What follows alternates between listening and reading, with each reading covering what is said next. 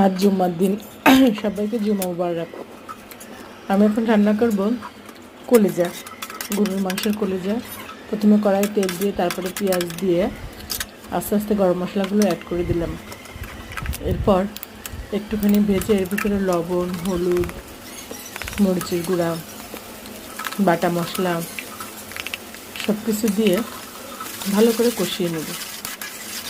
সুন্দর করে একটু পানি দিয়ে কষিয়ে যখন তেলটা ফুটে উঠবে তখন এর ভিতরে দিয়ে দিব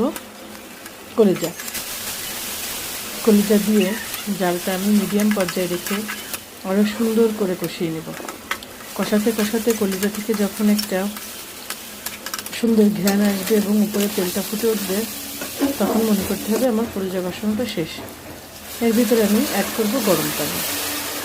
কিন্তু গরম পানিটা ঢেলে দিয়ে আমি আরেকটু ভালো করে নাড়াচাড়া করে ঢাকনাতে ঢেকে রাখবো। ঢেকে আমি জালটা হাই হিটে দিয়ে আবারও ভালো করে কষিয়ে এর ভিতরে আলু যোগ করব। আলুটা দিয়ে আর একটু কষিয়ে এরপরে আমি ঝোলের পানিতে ঢাকনাটা ঢেকে দেব। ঢেকে দিয়ে আমার কাঙ্ক্ষিত পর্যায়ে যখন চলে আসবে, ঝোলটা একটু মাখা মাখা, তখন নামিয়ে পরিবেশনের পালা। খেয়ে নাও মজাদার কলিজা ভুনা।